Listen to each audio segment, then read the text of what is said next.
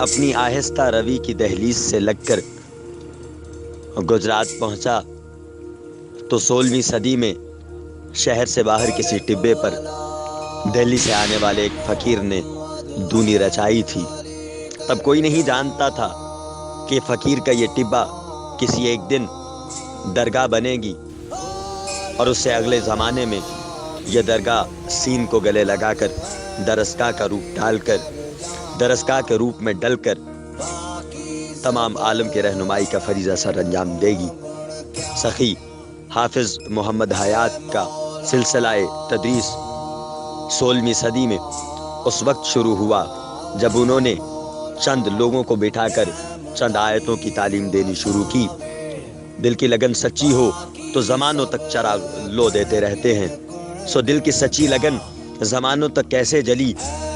کہ صدیاں اپنے اختتام کو پہنچی، اور 21ویں صدی کے آغاز میں حافظ کے دل کی قندیل نور بن کر جگمگائی،